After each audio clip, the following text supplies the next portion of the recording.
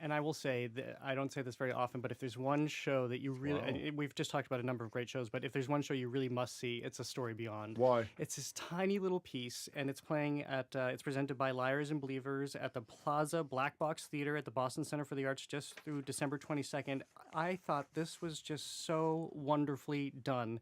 This company, Liars and Believers, spent 2 years crafting this piece, and here you find this young girl, Maya. She's fierce and strong and undaunted, and she's living in this village, and the village is clouded over by this cloud that is pervading the people. So everybody has turned kind of leaden. There's a darkness that has consumed them. This is obviously a piece that you can draw parallels to our own time.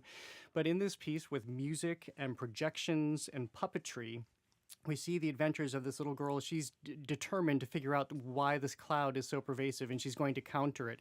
And the way it's told is just so different, and it's fresh. It reminds me of Julie Taymor and even Ryan Landry to some degree, doing so much with so little. But in the end, a way that is so emotionally resonant and poignant. It's great for kids. I think on an intellectual level, it's perfect for adults. On a soothing level for adults, it's perfect to see. I was just so struck. This is the first production of theirs that I've seen. I was just so struck by what they did. And one of the final scenes where this little girl, again rendered by a puppet, is climbing a mountain. Just how they move boxes so that you get this epic cinematic sense of how she's climbing was staggering. Is it a puppet show or is it a mix? It's a mix. Okay. And they I believe the creator, the founders of this company have studied puppetry in Italy.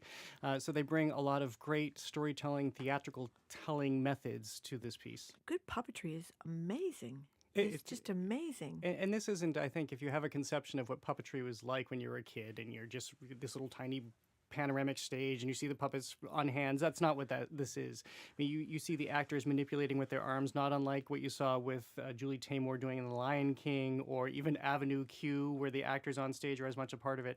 It's all a very seamless but not gimmicky piece of theater.